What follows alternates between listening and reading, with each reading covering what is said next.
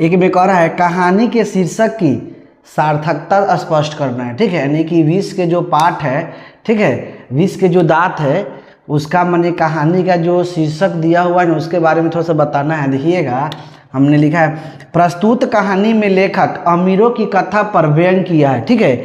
इस कहानी में लेखक क्या किए हैं, अमीरों की मतलब कि जो कहानी है, ठीक है, उस पर क्या किया है, व्यंग कसा है, ठीक है। मतलब देखिएगा आगे क्या कर रहा है, इसमें गरीबों पर अमीरों की शोषण अत्याचार का उल्लेख को भी दर्शाया गया है कि किस प्रकार अमीर गरीबों को दबाता है और अत्याचार उस पर करता है, इसके बारे में बताया गया है। देखेंगे कि विष के दांत कहानी में महल एवं झोपड़ी की लड़ाई की कहानी है, ठीक है। यानी कि झोपड़ी मदन रहता था, ठीक है, गिरधरलाल का बेटा था, और महल में खोखा यानी सेन साहब रहा करते थे।